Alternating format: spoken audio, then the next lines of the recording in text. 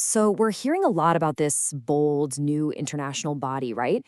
It's chaired by Donald Trump himself, and it's got its eye on solving global conflicts, starting with Gaza.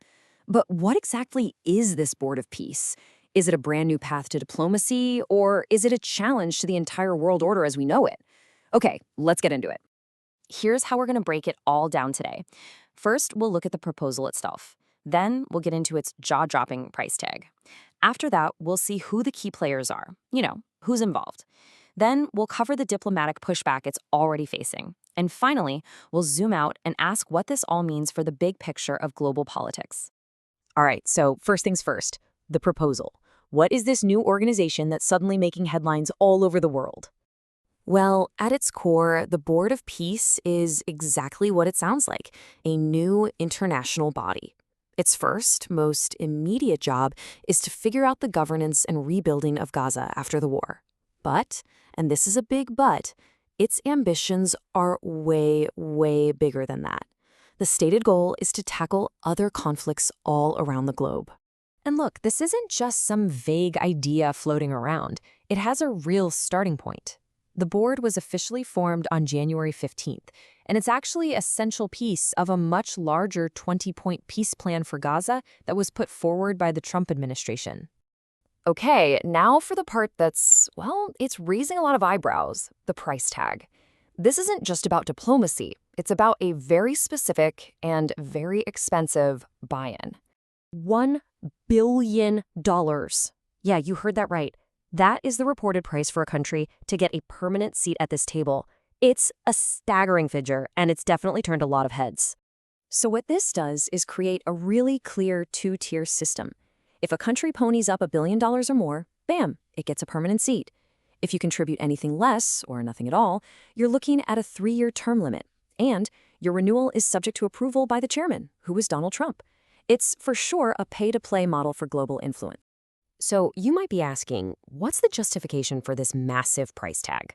Well, according to a U.S. official, the money is strictly for the board's mission, which is rebuilding Gaza, and they're promising that pretty much every single dollar will go directly to that cause. This brings us to our next big question, the players. With a structure like this, who is even being invited to join? And who's already on the inside, making up its core leadership? Well, invitations have apparently gone out to about 60 nations, and the list itself is fascinating. You've got countries like India and Pakistan, who obviously have a very complex relationship. Then you have nations like Hungary, Argentina, Egypt, and Turkey. It's a really diverse and maybe even a little combustible mix of global players.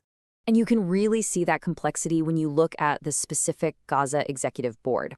It includes people like Turkey's foreign minister and officials from Qatar. Both have, let's say, tense relationships with Israel.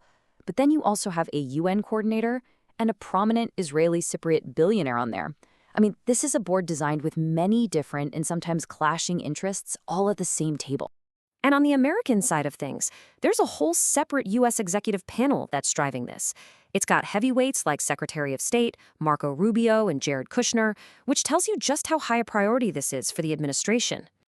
Now, as you can probably guess, a proposal this ambitious and this different, well, it's facing some pretty serious questions. So let's take a look at the pushback. And that pushback is coming from some very, very important places. The office of Israeli Prime Minister Benjamin Netanyahu actually put out a rare public criticism saying that the board's makeup was not coordinated with them at all and that it goes against their policy. That's a huge rift with a key U.S. ally right from the get-go. Other diplomats, though, are worried about the bigger picture. One diplomat, speaking anonymously, called it a Trump United Nations and expressed concern that it's basically designed to sidestep the entire international framework and the core principles of the UN Charter. And yeah, the concerns don't stop there. There's a lot of worry that this could undermine the work the UN is already doing. Some rights experts have pointed out that a board led by a U.S. president overseeing a foreign territory kind of resembles a colonial structure. And the involvement of polarizing figures like former British Prime Minister Tony Blair just adds another layer of controversy to the whole thing. So what does this all add up to? Let's zoom out for a second and really look at the big picture here. We have to remember this was never just about Gaza. The administration has been very clear that the board is meant to grow and to tackle other conflicts as they come up. It's being positioned as a new primary tool for global conflict resolution. Which really leads us to the central question. Is this the beginning of a major shakeup of the international order that's been in place since World War II? I mean, for the people who support it, this is a way to create a more nimble, more decisive body, one that can actually get things done without being bogged down by the veto power of rivals like Russia and China in the UN Security Council. So let's just recap the key takeaways. What we have is a powerful new international body with Donald Trump at the helm. It's funded by a very controversial billion-dollar pay-to-play model. It's already facing serious pushback from key allies and diplomats, and it could represent a fundamental challenge to the authority of the United Nations. With a formal announcement expected next week in Davos, the whole world is watching. The question isn't just if this board will succeed, but what the world will look like if it does.